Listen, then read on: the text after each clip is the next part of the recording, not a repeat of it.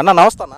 నమస్తే బ్రదర్. అన్న ప్రస్తుతం చూసుకుంటే పార్లమెంట్లో సమావేశాలు ప్రారంభమైనవి జరుగుతూ ఉన్నాయి. అయితే అమిత్ షా గారు ఒక షాకింగ్ కామెంట్ చేశారు. అదేంటంటే అంబేద్కర్ని ఉద్దేశించి ఏదో కొన్ని కీలకమైన వ్యాఖ్యలు చేస్తూ కొన్ని విధాలుగా విమర్శలకు లోనైనట్టు కొన్ని వార్తలు వస్తూ ఉన్నాయి. ఏంటన్న అసలు అంబేద్కర్ గురించి అమిత్ షా గారు మాట్లాడిన విధానం ఏంటి, అసలు ఏంటి, ఏ రకంగా చూడాలంటారు? అంటే పార్లమెంటు సమావేశాల్లో అమిత్ షా గారు అన్న మాట ఏంటి అంటే అంబేద్కర్ అంబేద్కర్ అంబేద్కర్ అని అన్నిసార్లు అనే బదులు దేవుణ్ణి తలుచుకుంటే ఏదో మంచి వస్తుంది అన్న కాన్సెప్ట్, అదే అన్న అర్థం వచ్చేలాగా ఆయన అన్నారని అయితే బయట వినిపిస్తూ ఉంది. అంటే ఇక్కడ ఆయన నిజంగా అంబేద్కర్ని కించపరిచే ఆలోచనతో అన్నాడా లేదా యాదృచ్ఛికంగా మాట వరుసగా ఆయన అన్నాడా అనేది వేరే విషయం అండి. దాని గురించి ఎవరు చర్చించుకోరు కూడా పెద్దగా. ఎందుకంటే ఆ స్థాయిలో ఉన్న వ్యక్తి భారతదేశ మంత్రిత్వంలో అదీను ఎన్డీఏ పార్టీలో ప్రధానంగా బీజేపీ పార్టీలో నెంబర్ 2గా ఉన్న వ్యక్తి అలాంటి వ్యాఖ్యలు చేయడం అనేది ఖచ్చితంగా చర్చనీయాంశంగా మారిద్ది. ఎందుకంటే రాజ్యాంగ నిర్మాత అండి అంబేద్కర్. కొన్ని కోట్ల మంది ఈరోజు, కొన్ని కోట్ల ఎందుకు 150 కోట్ల మంది ఈరోజు ఇంత స్వేచ్ఛగా ఇంత వాక్ స్వాతంత్రంతో తమకు నచ్చింది భారతదేశంలో ఉంటూ చేసుకుంటున్నారు అంటే ఆయన పెట్టిన భిక్షే కదండి. మరి అలాంటి వ్యక్తి పేరు ప్రస్తావిస్తూ ఆయన అన్న వ్యాఖ్యల్లో రెండు అర్థాలు పెడర్థాలు తీసేవాళ్ళు ఉంటారు. ఆ ఉద్దేశంతో అనలేదు, నేను యాదృచ్ఛికంగా వచ్చిందే కానీ ఆయన కించపరిచే విధంగా మేమెందుకు అంటాము, అంబేద్కర్ ఆయన ఆశయాలు నిలబెట్టడానికి మేము ప్రయత్నం చేస్తామని చెప్పి అనేవాళ్ళు ఉంటారు. కానీ ఆ స్థాయిలో ఉన్న వ్యక్తి ఆ విధంగా మాట్లాడడం అనేది ఖచ్చితంగా తప్పు. సరే, ఆయన ఏ ఉద్దేశంతో అయినా అన్నామండి, ఆయనకి అంబేద్కర్ గారిని తక్కువ చేసి మాట్లాడాలన్న ఆలోచన లేకపోయినా నువ్వు నెంబర్ 2 ప్లేస్లో ఉన్నావు దేశంలో. అంటే మీరు అనుకుంటారు ప్రజలు ఇవ్వకపోయినా ఇప్పుడు మోదీ గారి తర్వాత ఎవరి గురించి ఎక్కువగా ప్రస్తావిస్తారు? అమిత్ షా గారి గురించే కదా. అంటే మోదీ గారు లేకపోతే అమిత్ షానే ప్రధాన అన్నంత ఇది నడుస్తుంది. అండ్ కేంద్రంలో ఏదైనా పనులు అవ్వాలన్నా అమిత్ షా గారితోనే చర్చిస్తారు, మోదీ గారితో కన్నా కూడా. మరి అలాంటి స్థానంలో ఉన్న వ్యక్తి ఎంత హుందాతనంతో మెలగాలి?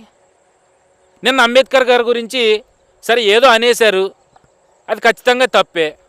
అది అక్కడితో వదిలేయకుండా పార్లమెంట్ సెషన్లోకి వెళ్ళడానికి చిల్లరి వెధవల్లాగా, నేను ఈ మాట అంటే బాధపడతారేమో లేదా నా మీద కేసులు పెడతారేమో కానీ చిల్లరి వెధవల్లాగా పార్లమెంట్లో అటు కాంగ్రెస్ ఏదైతే ఇండియా కూటమి అభ్యర్థులు కానీ ఇటు బీజేపీ అభ్యర్థులు కానీ తోసుకుంటే కింద పడిపోయి దాని మీద కూడా కేసులు పెట్టుకునే స్థాయికి ఈరోజు పార్లమెంట్ దిగజార్చుతూ ఉన్నారు.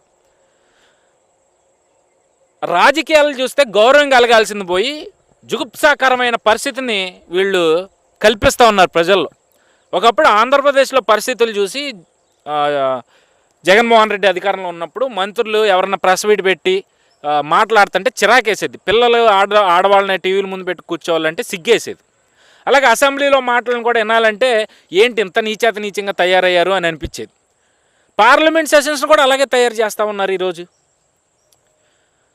ఎంత హుందాగా ఉండాలంటే భారతదేశ అత్యున్నతమైన పౌరులుగా ఉన్న వ్యక్తులు పార్లమెంటేరియన్స్ అంటే మరి వాళ్ళు ఎంత గొప్పగా ఎంత హుందాగా వ్యవహరించాలి?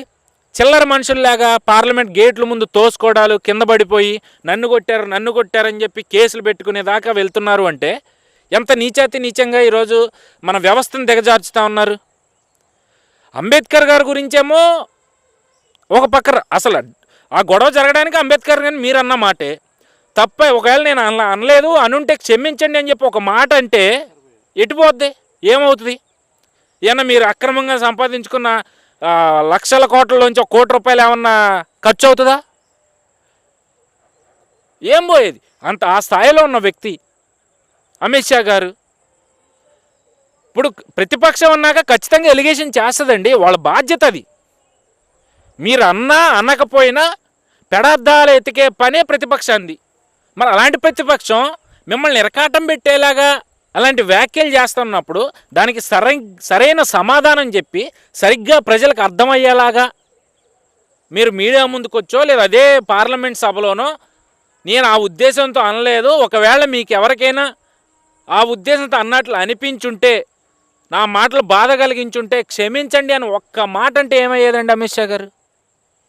ఈరోజు కూటమిలో ఉండుండొచ్చు, మీరు తప్పుని తప్పులాగా మనం మాట్లాడుకోవాలి.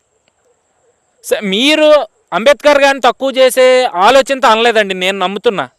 సరే, నేను నమ్ముతున్నా, ఎందుకంటే కూటమి పార్టీల్లో అభ్యర్థులు, ఆ పార్టీలో ఉన్న వ్యక్తులం కాబట్టి, ఆ పార్టీ కూటమి పార్టీకి సపోర్ట్ చేసే వ్యక్తుల్లో నేను కూడా ఒకరిని కాబట్టి, సరే మీరు అన్న దాంట్లో మీరు ఉద్దేశపూర్వకంగా అంబేద్కర్ గారిని తక్కువ చేసి మాట్లాడాలన్న ఆలోచనతో అనలేదని నేను ఒప్పుకుంటా.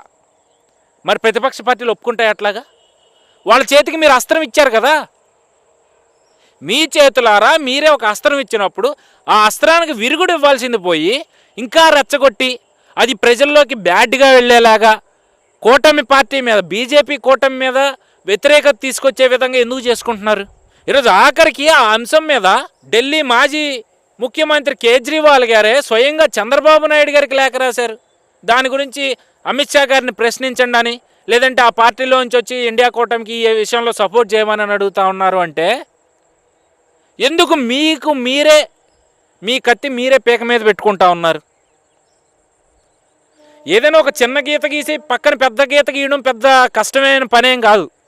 కానీ ఆ చిన్న గీతలో మీ తప్పు ఉన్నప్పుడు దాన్ని సరిదిద్దుకునే విధంగా మీ రాజకీయం చేస్తే ఒక హుందాతనం, ఒక గౌరవం ప్రజల్లో కలుగుద్ది.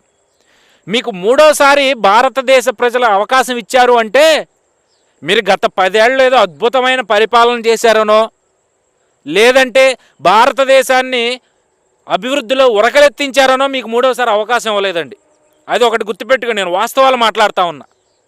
ఇండియా కూటమికి అవకాశం లేక, ఆ సత్తా ఇండియా కూటమిలో లేక, పచ్చిగా మాట్లాడాలంటే కాంగ్రెస్ పార్టీ దేశంలో దివాళా స్థితికి పడిపోయింది.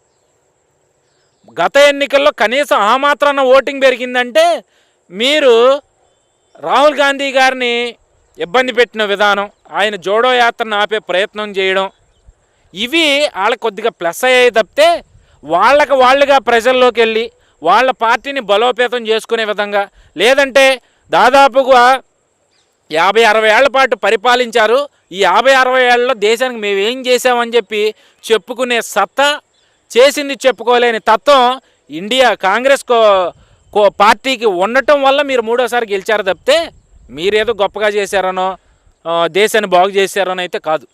మరి అలాంటి అప్పుడు మీకు మూడోసారి కూడా అవకాశం వచ్చినప్పుడు మళ్ళీ దాన్ని నిలబెట్టుకోవాలి అంటే మాట్లాడే వాళ్ళు గొంతుకలు నొక్కడం కాదండి. మీరు మాట్లాడేది సరిగ్గా మాట్లాడి, సక్రమంగా మాట్లాడి, ప్రజలకు అర్థమయ్యేలాగా మాట్లాడుకుని, ప్రశ్నించిన వాడికి సరైన సమాధానం చెప్తూ, ఒకవేళ మీ వల్ల అనుకోకుండా ఏదన్నా తప్పు జరిగితే క్షమించమని మీ తప్పు మీరు తెలుసుకుని అడిగితే మీ హుందాతనం అమాంతం పెరుగుతుంది. మీరు మూడోసారి ఏదో మీ సుడి బాగుండి మీ అదృష్టం వల్ల గెలిచారు. ప్రతిసారి అదృష్టం కలిసి రాదు కదా, ప్రజల మన్ననలు కావాలి కదా. సో ప్రజల మన్ననలు కావాలంటే దేశ చరిత్ర లిఖించిన వాళ్ళని, దేశ చరిత్రలో ఒక అద్భుతమైన స్థానంలో ఉన్న వ్యక్తుల్ని గౌరవించాలి. వాళ్ళ గురించి మనం మాట్లాడేటప్పుడు మన ఒళ్ళు మన దగ్గరలో పెట్టుకుని చాలా జాగ్రత్తగా మనం వ్యాఖ్యలు చేయాలి.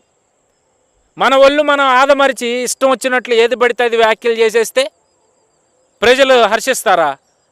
ప్రతిపక్షాల చేతిలో మీరు అలాంటి అస్త్రాలు పెడితే ప్రజలు ఎలా భావిస్తారు? వాటిని ప్రజలు ఎలా అర్థం చేసుకుంటారు?